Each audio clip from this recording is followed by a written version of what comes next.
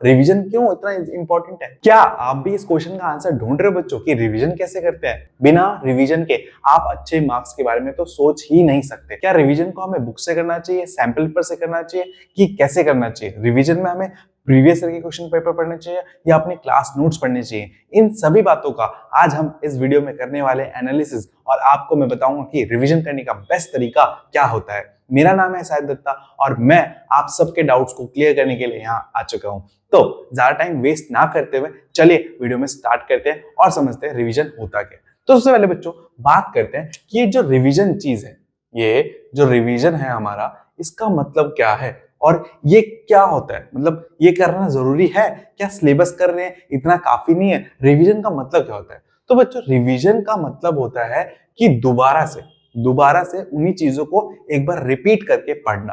ठीक है, देखो आप सभी ने अपना सिलेबस कंप्लीट कर लिया होगा। ठीक है, अपने अपने जो सिलेबस है वो क्या कर लिया होगा? कंप्लीट कर लिया होगा। ठीक है, बट आपने जो 8 महीने पहले चीज पढ़ी थी, क्या आपको अभी भी वो चीज याद है?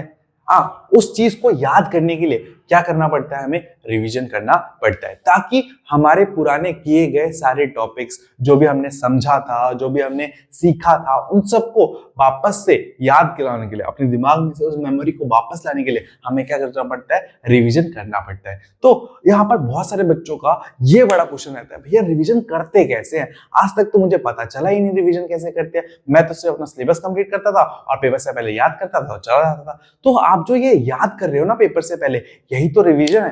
बस जब 10th क्लास में ऐसा क्या खास है कि इसके लिए आपने 2 महीने 1.5 महीने का टाइम दिया रिवीजन करना? हाँ, ये बहुत सारे क्वेश्चन मुझसे अक्सर बच्चे करते रहते हैं, भैया क्या सच में रिवीजन करना इतना जरूरी है? हाँ बच्चों, रिवीजन से ही होगा। जो भी आपको अचीव करना है, विदाउट रिवीजन आप नहीं कर पाओगे। ठीक है, आप रिवीजन में जितना टाइम दोगे, मोर यू रिवाइज, हाँ, मोर मार्क्स यू गेट। ठीक है, इस बात को हमेशा रखना, जितना ज्यादा आप रिवाइज करोगे उतने ज्यादा अच्छे मार्क्स आपको मिलेंगे। ऐसा क्यों बच्चों? क्योंकि देखो हम पूरे साल भर अपना सिलेबस पढ़ते रहते हैं, बट एक टाइम पर जब हमें उनको लिखना पड़ता है तब हम ऐसा होता है कि पीछे की जो चीजें हैं वो भूलते जाते हैं। ठीक है, और जब हम पेपर में बैठेंगे तो भी वो चीजें याद आना बहुत मुश्किल होता है। तो इसीलिए अगर हम रिवाइज ढंग से कर लेंगे, रिवाइज ढंग से कर लेंगे तो हमें आसानी होगी उन चीजों को रिकॉल करने में, याद करने में। ठीक है, क्योंकि हमारी जो शॉर्ट टर्म मेमोरी होता है वो ज्यादा शार्प होती है। ठीक है, लॉन्ग टर्म में भी हमने जो भी चीजें सीखी है वो सब लॉन्ग टर्म में सेव है, उसको निकाल के लाना पड़ेगा ना, आपको समझना पड़ेगा ना कि आपने क्या याद किया था। तो इसीलिए रिवीजन करना बहुत ज्यादा जरूरी है। बिना रिवीजन के आप अच्छे मार्क्स के बारे में तो सोच ही नहीं सकते। तो इसीलिए रिवीजन करना मस्ट है। ठीक है, तो अब बढ़ते हैं इस क्वेश्चन पर कि रिवीजन करते कैसे हैं। जैसे आज का जो हमारा वीडियो का टॉपिक है वो है, जो बच्चे रिवीजन से परेशान हो रखे हैं वो क्या कैसे स्टार्ट करें। ठीक है, तो रिवीजन कौन से बच्चे करते हैं, पहले इस बारे में बात करते हैं कि क्योंकि हु का पता नहीं चलेगा तो फिर पता ही चलेगा। रिवीजन वो बच्चे स्टार्ट करते हैं जिनका 90 to 100% सिलेबस कंप्लीट हो गया है, वही बच्चे रिवीजन स्टार्ट करते हैं। ठीक है, आप ऐसा तो नहीं है कि आपका सिलेबस 0% है और रिवीजन करने चले गए। ठीक है, ये तो वही बात है कि खेत में फसल कटी नहीं, ठीक है, कि आप दोबारा बीज बोने चले गए। हाँ, तो भाई खेत में जो फसल लगी है पहले उसको काटो, ठीक है, फिर तो जाके बीज बोगे उसमें, है ना। तो पहले वो बच्चे जिनका 90 to 100% सिलेबस कंप्लीट हो चुका है वही रिवीजन के बारे में सोचिए। ठीक है, क्योंकि रिवीजन में आपको पूरा सिलेबस ही पढ़ना है, ठीक है, दोबारा से, और वो भी स्पीडली। ठीक है, तो अगर आपने एक बार भी सिलेबस नहीं करा तो आप रिवाइज क्या करोगे? अगर आपको पहले से कॉन्सेप्ट नहीं पता है तो आप दोबारा उसका क्या रिवाइज करोगे? आपको सीखने में टाइम लग जाएगा, इसलिए और टाइम लगोगे रिवीजन करने में ऐसे। ठीक है, तो जिनका 90 to 100% सिलेबस हो रखा है वही सिर्फ रिवीजन पर ध्यान दे। ठीक है, अब आते हैं हाउ, कैसे करें, सबसे बड़ा क्वेश्चन। ठीक है, तो बच्चों जो रिवीजन होता है हमारा, रिवीजन जो होता है वो क्या होता है? वो होता है फास्ट पढ़ना। क्या होता है? फास्ट पढ़ना। ठीक है, अपने पूरे सिलेबस को फास्टली खत्म करना। क्या करना? फास्टली खत्म करना। ठीक है, जब आप सिलेबस पढ़ रहे होगे तो, और ये आपके टीचर भी होंगे, इन्होंने बताया होगा कि इस चैप्टर से ये इंपॉर्टेंट है, इस चैप्टर से ये इंपॉर्टेंट है, उन इंपॉर्टेंट टॉपिक्स को अच्छे से दोबारा पढ़ना। ठीक है। जब आपने भी सिलेबस पढ़ा होगा तो आपको दिखा होगा ना कि ये वाले क्वेश्चन ज्यादा पूछे जा रहे हैं पेपर में, ठीक है, ऐसा एनालिसिस होगा आपका। तो उन सारे क्वेश्चन को दोबारा करना, अगर कोई चैप्टर उसमें से इंपॉर्टेंट कॉन्सेप्ट को दोबारा प्रैक्टिस करना, दोबारा लर्न करना। हाँ, जैसे साइंस में डायग्राम्स हो गए उनको पढ़ना, हार्ट की वर्किंग पढ़ना, लंग्स कैसे काम करते हैं इनकी वर्किंग पढ़ना, इलेक्ट्रिसिटी के जो फॉर्मूले हैं उनको रिवाइज करना, ठीक है। इस तरीके के जो कॉन्सेप्ट है इनको आपको रिवाइज करना होता है, ठीक है। इनको आपको ऐसा बनाना पड़ता है, ठीक है, कि आप जब एग्जाम देने के टाइम पे, जब आपके पास 5 दिन की छुट्टी है या 2 दिन की छुट्टी है, उसमें आप किस तरीके से पढ़ सको। तो आप सबकी डेट शीट तो आ चुकी है, और मैंने बोला था जब डेट शीट वाली वीडियो बनाई थी तो मैंने उसमें एक बात कही थी कि आपको आपको क्या करना है, जब आप रिवाइज करने बैठोगे तो आपने जितने भी नोट्स हैं उन सबको कंसाइज करना है। क्या करना है बच्चों? कंसाइज। कंसाइज का मतलब क्या होता है? छोटे करना है। देखो, हमारे पास पूरी बुक पढ़ने का अब टाइम नहीं है, तो और हमें पूरा सिलेबस भी करना है, तो हम कैसे करें? हम फास्ट रीडिंग करेंगे। क्या करेंगे बच्चों? Fast reading. फास्ट रीडिंग से क्या होगा कि हम उतना ही पढ़ेंगे जो इंपॉर्टेंट है, और उनके नोट्स को हम बना लेंगे, और वो भी बहुत शॉर्ट नोट्स बनाएंगे, क्योंकि जब पेपर चलेंगे तो उसके बीच में बहुत कम छुट्टियां होंगी। अब उसके बीच में आप ये सोचते बैठ गए कि मैं क्या पढूं, कहां से पढूं, फिर तो हो गया आपका कल्याण, है ना। तो आपको क्या करना पड़ेगा? पहले से तैयारी करके रखेंगे। तो रिवीजन क्या है? आपका प्रिपरेटरी फेज है, जहां पर आप सारी तैयारी करके रखोगे, क्योंकि जब वो छुट्टियां मिलेंगी पेपर के बीच में, जब आपका माइंड सबसे ज्यादा एक्टिव होगा, तब उस समय इन सारे कॉन्सेप्ट को अगर पढ़ लोगे तो उसमें से पेपर में आएगा और आपके अच्छे मार्क्स आएंगे, ठीक है। तो क्या करना है? फास्ट तरीके से अपने सिलेबस को दोबारा खत्म करना है, इंपॉर्टेंट कॉन्सेप्ट को दोबारा पढ़ना है, ठीक है। उसके बाद रिवीजन के बाद क्या करें भैया कि रिवीजन कैसे पता लगेगा कि रिवीजन सक्सेसफुल हुई है कि नहीं?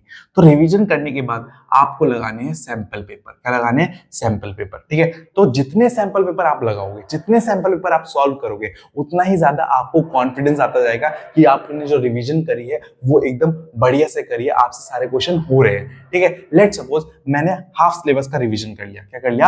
हाफ सिलेबस का रिवीजन कर लिया, ठीक है। तो हाफ सिलेबस जैसे रिवीजन हो तो एक सैंपल पेपर लगाओ। एक सैंपल पेपर लगाया, इसमें आपको पता चल जाएगा कि जो आपने हाफ सिलेबस पढ़ा है उसमें से कितना टॉपिक आपके दिमाग में घुसा है और कितना आपके सर के ऊपर से गया है, ठीक है। तो जो टॉपिक आपके सर से ऊपर से गए हैं या जो क्वेश्चन आपसे सॉल्व नहीं हुए, उन टॉपिक पे वापस जाओ और सोचो कि किस जगह पे तुमसे गलती हो रही है। अगर मैथ का है तो देखो कौन से स्टेप पे रुक रहे हो, कौन सा कॉन्सेप्ट समझ में नहीं आया। अगर साइंस में तो दोबारा लर्न करो, समझो उस कॉन्सेप्ट को, डीप डाइव करो उस चीज में। एसएसटी का है तो देखो उसमें क्या प्रॉब्लम आ रही है, कहां पे तुम कौन सी डेट मिस कर रहे हो, कौन सा इवेंट तुम मिस कर रहे हो जिसकी वजह से तुम्हारे वो क्वेश्चन नहीं हो रहे, ठीक है। जब हाफ सिलेबस होगा तो आप हाफ ही पेपर अटेम्प्ट करो, ठीक है। फिर जब आपका फुल हो जाएगा, फुल होने के बाद तो भाई सैंपल पेपर की रेस लगा देनी। जितने सैंपल पेपर आप लगा सकते हो उतने सैंपल पेपर आपको लगाना है, ठीक है। और जितना सैंपल पेपर लगाओगे और जितने सैंपल पेपर आपसे सॉल्व होते जाएंगे, उतना ही आपका कॉन्फिडेंस लेवल जो है वो अप होता जाएगा, ठीक है बच्चों। तो आपको क्या करना है? बढ़िया सा रिवीजन करना है। रिवीजन में बता दिया क्या करना है आपको? फास्टली सारे कॉन्सेप्ट को करते चलना है, पढ़ते चलना है, और उसमें से कंसाइज करके नोट्स बनाते चलना है, ठीक है।